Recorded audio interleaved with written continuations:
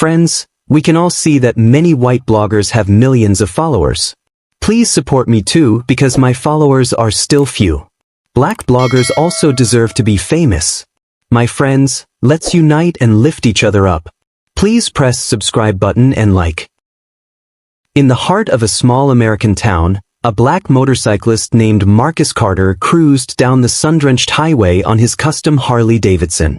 The wind whipped through his hair, a sense of freedom enveloping him as he rode toward the annual charity event for veterans. Little did he know, his peaceful ride would soon spiral into a nightmare. As Marcus pulled into a gas station, two patrol officers, Tanner and Briggs, watched from their cruiser. Tanner, a seasoned officer with a chip on his shoulder, leaned forward, his eyes narrowing. "Look at that bike. Bet he's up to no good," he muttered, his voice dripping with disdain. Briggs, fresh out of the academy, shifted uncomfortably. "Maybe he's just a guy enjoying his day off?" "Yeah, right. Let's see what he's hiding," Tanner snapped, flicking on the lights and pulling up behind Marcus as he filled his tank. Marcus, sensing the tension, remained calm. He had faced prejudice before, but today was about raising awareness for veterans' mental health. As he finished fueling, Tanner approached, hand resting on his holster. "License and registration," Tanner barked, his tone aggressive. "Can I reach for my wallet, officer?" Marcus asked, his voice steady. "Slowly," Tanner replied, eyes narrowing. As Marcus retrieved his military ID, Tanner scoffed. "What's this? A colonel? In what army?" "United States Army," Marcus replied evenly. 30 years of service." Briggs, glancing at the ID, felt a twinge of doubt. "Maybe we should check this out?" "Shut it, rookie," Tanner snapped. "Step off the bike." "Why?" Marcus asked, maintaining eye contact. "I'm just passing through." "Because I said so," Tanner shouted, his voice rising. Marcus dismounted, hands raised, knowing the risks of defiance. As Tanner began rifling through Marcus's saddlebags, Briggs hesitated.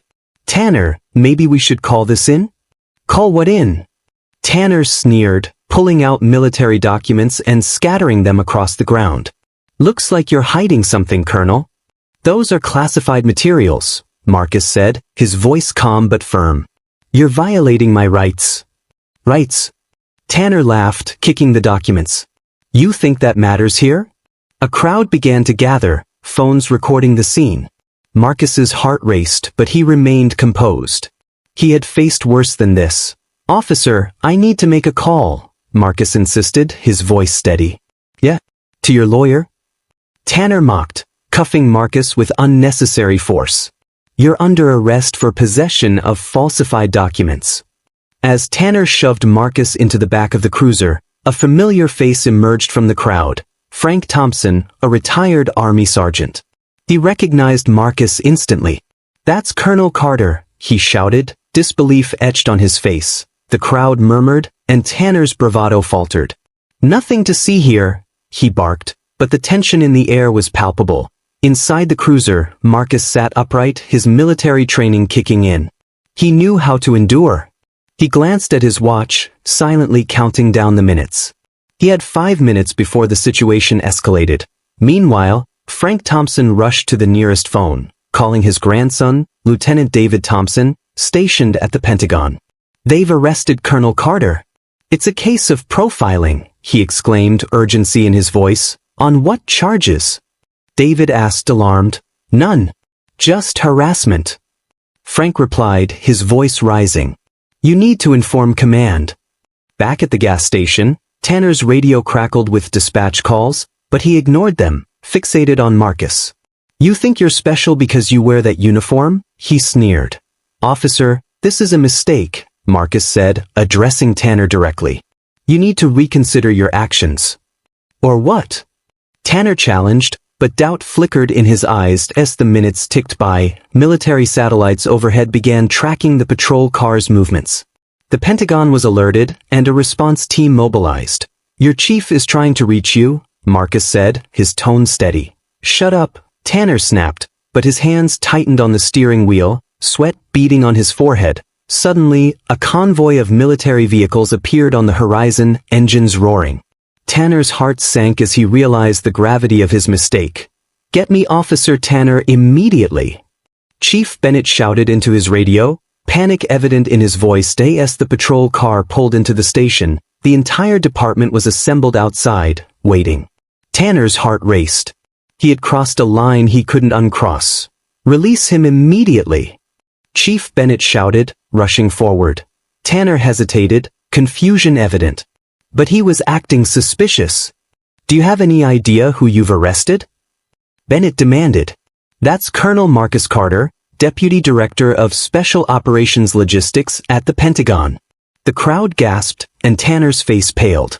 As Briggs opened the door to release Marcus, the military convoy surrounded the station, officers in crisp uniforms stepping forward.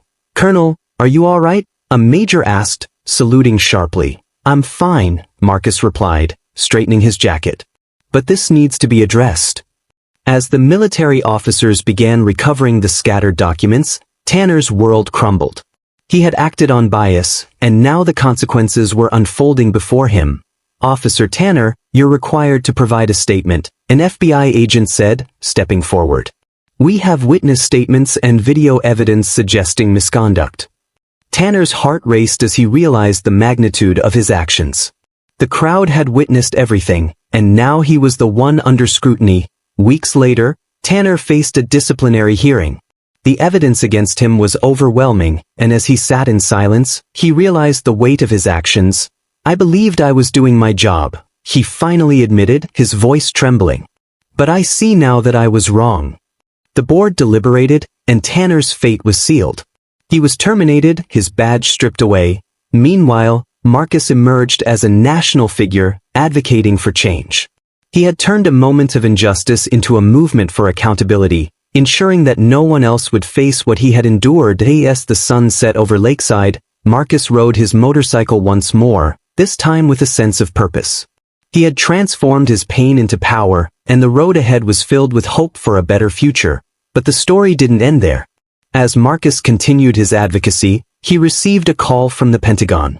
They wanted him to lead a task force aimed at addressing systemic issues within law enforcement, particularly regarding racial profiling and the treatment of military personnel of color. "Colonel Carter, we need your voice," the Pentagon official said. "You've experienced this firsthand, and your leadership can help us implement real change." Marcus felt a surge of determination. This was his chance to make a difference on a larger scale. He accepted the position, knowing that the road ahead would be challenging but necessary. As he prepared for his new role, he reflected on the events that had transpired. The injustice he faced had ignited a fire within him, a desire to ensure that no one else would endure the same humiliation. He envisioned a future where accountability and respect were the norms, not the exceptions. And so, with a renewed sense of purpose, Marcus set out to change the narrative, not just for himself, but for countless others who had been silenced. He was ready to ride into the heart of the fight for justice, knowing that the journey would be long but worth every mile. As he revved the engine of his Harley, he felt the weight of history behind him, propelling him forward. The road stretched ahead, filled with possibilities, and he was determined to make every moment count. But just as he was about to pull away, a familiar face appeared in the rearview mirror. Tanner, now stripped of his badge, stood watching with a mix of regret and realization. Their eyes met, and in that moment, an unspoken understanding passed between them. Marcus knew that change was not just about punishment. It was about growth, understanding, and the possibility of redemption. And as he rode off into the sunset, he carried with him the hope that even the most entrenched biases could be challenged, one ride at a time. Do you want to know the fate of the heroes? Please post part 2. Subscribe to the channel and continue watching. Your opinion and support are important to me. Leave it in the comments. Thank you.